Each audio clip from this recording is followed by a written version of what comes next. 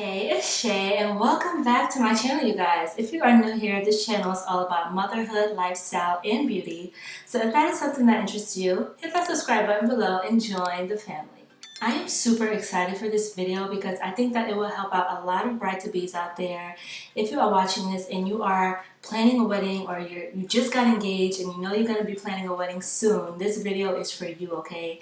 Now, it depends on your budget, but for me personally, I didn't want to spend too much money on a wedding. Some people spend tens of thousands of dollars on one day. And, you know, to each his own. If you have the money, then why not? If I had the money, you know, I might have spent a little bit more than I did. But in my opinion, it's just for one day. You want everything to be beautiful and perfect, but at the same time, you don't want to spend all of your money and then after the wedding, you don't have money to pay your rent or your mortgage. So yeah. So we're just going to jump right into this video. I'm just going to give you guys all my tips and tricks on how to save money on your wedding, how to plan your wedding and be organized, and how to just have a beautiful low budget wedding or whatever your budget may be. I will be transparent with you guys. My budget for our wedding was $5,000, and we actually stayed within that budget, if not a little bit below. And I'm going to show you guys exactly how we did that. So let's start off with how I even was able to organize everything, because you might have so many ideas and you just don't know exactly what to do with them. So you can either write them down on a piece of paper, but for me personally, having an app, a wedding planning app to be specific, helped me a whole bunch. So I started off with Zola, but then I kind of switched to the Knot because I liked it better. And I'll show you guys exactly how it looks on my computer. You can do it on your computer or you can download the app. I had both so that I can plan on the go. So this is what the website looks like. They have so many different tools to help keep you organized. You can create your guest list on this website or through the app. Helps you stay focused on your budget and record everything. I really and truly enjoyed it. It would help me stay so organized, and everything was all in one place, which I really loved. When it comes to planning a wedding, one of the most important things is having your guests RSVP. And what I liked is that once my guests did RSVP through our website that we made through the Knot, it would show who accepted, who rejected, or who hasn't responded yet. So I know exactly how many people are going to be there, or how many people said that they're going to be there. For most brides, it is your first time, you know, planning a wedding. So I thought it was really great that they created this checklist for you so that you can make sure that you get all of these things done, things that you might not even think that you need to do. I loved it, and it had dates for when you should do these things. I really enjoy that. Some of the things didn't apply to me, but you can customize it as you go along. So as I mentioned, you can customize your wedding website on the Knot. Really great place to just do everything so that you can have your guests RSVP through your website. I didn't even have to send invitations out or mail anything to anyone's home. I just used this website as my invitation. So I tried to include like really great information on the website so that the guests don't have any questions, all their questions are being answered. I even put a little passage on, like, you know, our love story. And what was really important was travel and accommodation, because all of our family members were traveling from 4 hours away. So I put hotels around so they had options. So another thing that I really loved about this website is that I was able to find some of my vendors here. So like, well, one of them at least. If you don't know like what photographer to go for, so this is actually how I found my photographer. Shout out to Robert for photography out of Syracuse. So you go to wedding photographers, and they have a host of wedding photographers that are in Cortland, which is where I live, and you can, you know, adjust it to your location. And a lot of photographers are on here, and they'll give you the prices, the price range. So that's what I loved about this, that you were able to find vendors. Even for catering, they have things if you want to find someone to do your hair, wedding cakes, DJs, videographers, host of things. So it's amazing. But yeah, one of my favorite things from this website, you guys, is the budgeter. The most important thing when planning a wedding, right? So I'm gonna be transparent with you guys and show you guys. So as you can see, our budget was $5,000, as I told you, and we paid approximately $4,900. And I say approximately because I'm pretty sure I didn't account for every single dollar I spent that related to the wedding, but I was made sure I was up to date and as accurate as I could be. The reason that the total cost is a bit more than the amount paid is because some things were estimates and I kind of overshot just in case. Let me show you guys. Okay, so for example, ceremony decorations, right? If you click on that, I put the item cost / estimate to be $600, but we only paid $480. So that's the reason. I can just erase that now, but I like that about it. You can put an estimate or how much it's going to cost, and then you can put the amount you paid. So if you put a down payment on something, catering or anything, you can do that.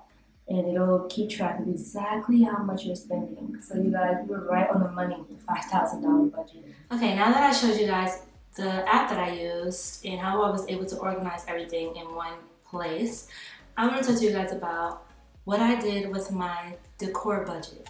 Now, as you saw in the app, my budget was about $600. I think I spent maybe like $500 or so on all of the decor and everything.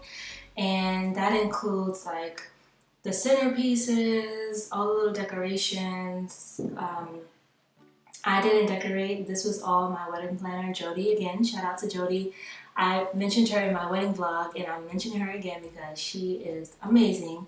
I will put her Instagram right here on the screen so you guys can go follow her, check out all the work that she does. She doesn't only plan weddings, she plans any type of event that you want, baby shower, birthday, whatever it is, she will hook it up, okay? Believe it or not, a lot of the stuff that we got for the decorations were from Dollar Tree. So you don't have to spend a whole bunch of money. You just have to have someone that knows how to make Dollar Tree stuff look more expensive than it really is and look really nice and elegant.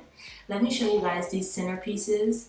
These centerpieces were made from dollar hula hoops from Dollar Tree. Yes, I said hula hoops. Yes, I said Dollar Tree. $1 we spent on each hula hoop, okay?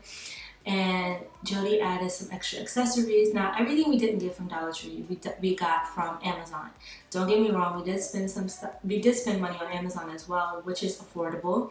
Didn't have to break the bank just to decorate. We even got the flowers from Dollar Tree, believe it or not. And Jody is really good at making flower arrangements.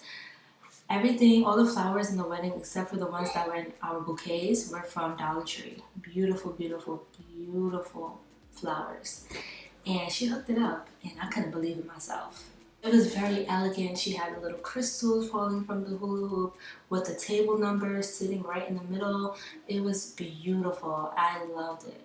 Now, aside from decor, decor can take up a lot of your money depending on what you want your wedding to look like, but I would just say stick to going to places like Dollar Tree. Don't sleep on Dollar Tree, okay? They have really nice stuff, and Amazon has amazing event stuff in general that will help you decorate for your wedding. Now, the next thing I want to talk about is the biggest thing of all, at least for the bride, is the wedding dress. I knew that I wanted a beautiful wedding dress, but I also knew I wasn't about to spend thousands of dollars on a dress that I'm going to wear on one day.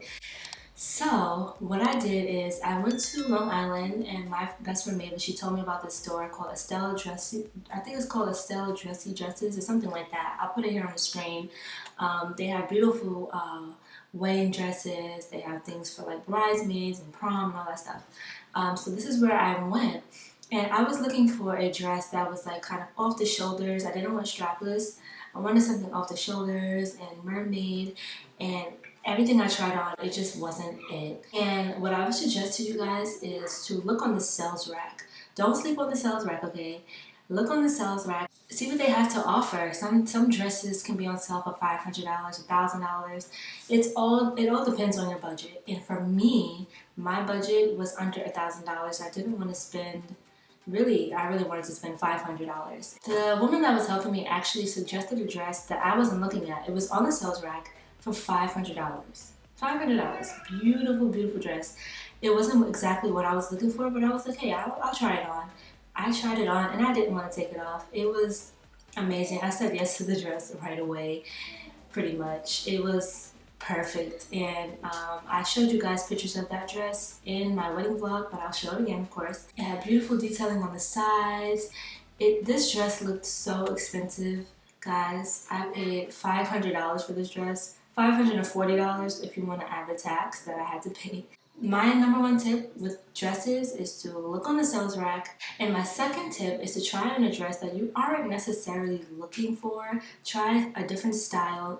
You just never know, because that's what happened to me. Now, aside from the knot, I did use wedding wire for one thing. If you are doing a seating chart, most people do seating charts for their wedding.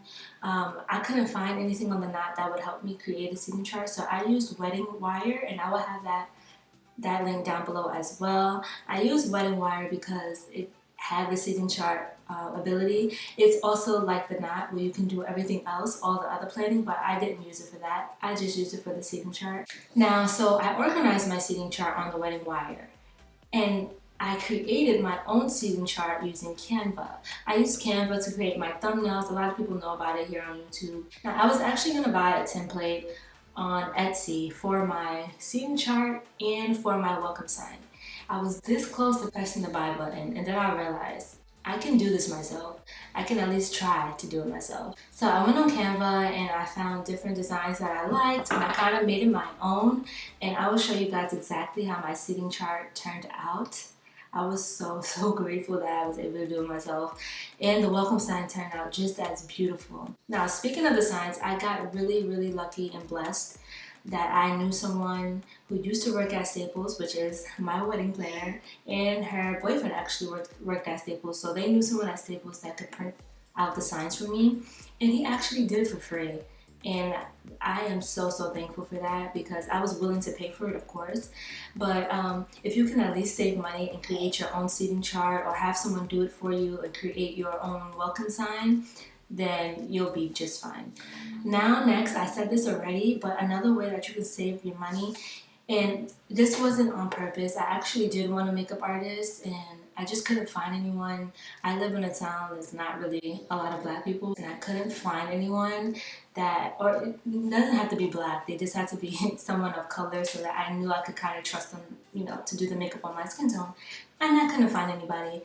And the person that I did find, she was booked. So I ended up just saying, all right, I'm just gonna do it myself. If you can do makeup, if you can, and you feel comfortable with it, do your own makeup for your wedding. I do have a video on this look, so you can go back and look at that video and just take some of the tips from that video to create your own makeup look. And if any of your bridesmaids know how to do makeup, you can ask them to do your makeup. Ask someone. And of course, I had someone do my hair, and that is my beautiful friend Nicole. She does hair, and I asked her if she would do my hair for my wedding, and she didn't charge me, which was so nice of her, because she did an amazing job. I showed you guys in the wedding vlog how she did my hair. It was beautiful, so go check that out, and I'll show you some pictures here. She did a beautiful halo braid on my hair, and again, it's who you know. You might know someone who can do hair, so just ask around. It doesn't hurt to ask. If you have to pay to get your hair done, you know, then you have to do what you have to do. But just try to cut corners, not cut corners, but just try to cut down on the cost as much as you can by asking people that you know. Wedding cakes can be really expensive, okay? So you want to make sure that you have a beautiful cake and that it tastes good, but that it's not too much money. So wedding cakes can be hundreds of dollars, and I did. So really quick, I forgot to mention this, but if you get a faux cake, you can save so much money. A faux cake is a cake that looks real. Obviously, it's not. I know that Etsy has some really nice faux cakes, and then you can just have a sheet cake in the back that you will actually feed to your guests. And I didn't want to spend that much on a cake. Thankfully, my friend told me that someone at our church actually bakes cakes, which I did not know. So I asked her if she would do it for us.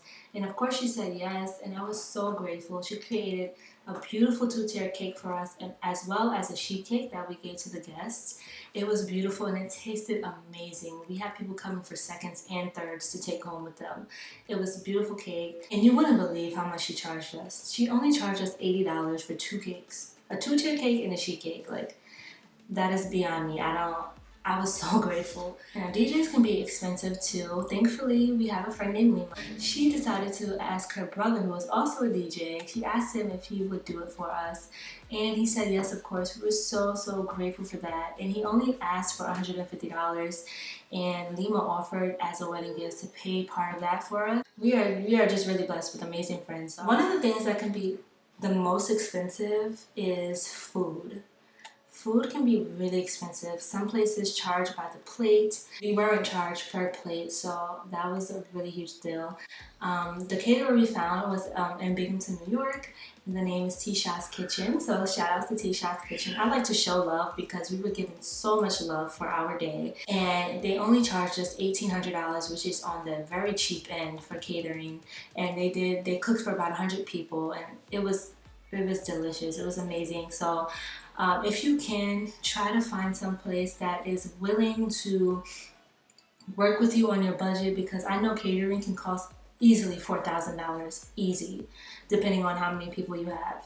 So if you know someone who caters, I didn't know anyone, so that's why we went to a restaurant. Try to go to the local restaurants because sometimes they are willing to work with your budget. Next, I want to talk about our venue. We got married at our church and we had our reception outside of the church, in the back of the church, where we had a tent and everything. I really am really grateful for this church because they did not charge us for the wedding ceremony. Initially, they told us $100, and then they ended up just saying, "Don't worry about it." So I don't even know. They didn't charge us. The person that married us, Pastor Dave, didn't charge us. He's also a friend of ours. He didn't charge us, and that is just amazing. And they did not charge us for the reception on the back. So we saved thousands of dollars on that. So if you can get a free venue, I know that may sound crazy, but if you have a church family or you have a beautiful church and you can just ask them, it may not be free, it may be a lot cheaper than going to another venue. The only thing that we ended up paying for in terms of the venue was the actual tent that was put up and the tables. We rented one table and some tablecloths from them. And the church provided us with the rest of the tables for free. For free. That is crazy. But we were so blessed that we were given these tables. They gave us tables and chairs for free. For free. I'm just going to keep saying that because it blows my mind every time, because they could have made a lot of money on this wedding and they didn't charge us a single dime. My biggest tip throughout this whole video is to just use your resources, who you know, and just ask around, hey, can we use this? Or we can, have some type of deal where you don't have to pay too much money. Thank you guys for watching this video. I really do hope that it helps you to plan your wedding within your budget and so that you don't spend too much money on things that are only going to be there for the day. I was super grateful to have people around me that were able to help us. So like I said, look around you, see who can help, see who can do your hair. Do you have someone who does makeup? Just ask. It doesn't hurt to ask, and just spend your money on the things that you necessarily have to spend it on. I'm really grateful that you guys stuck around, and if you are new to this channel, don't forget to hit that subscribe button. I love you guys, and I will see you in my next video.